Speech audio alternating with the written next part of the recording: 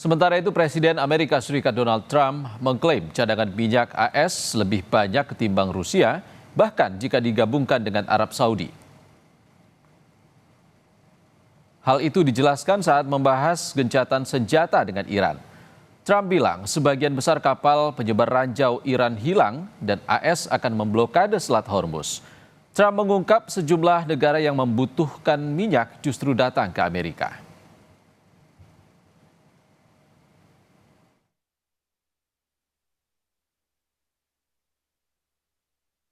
But there are many boats heading toward our country to fill up with oil and then go and take it. So they're not going to go through the Hormuz Strait.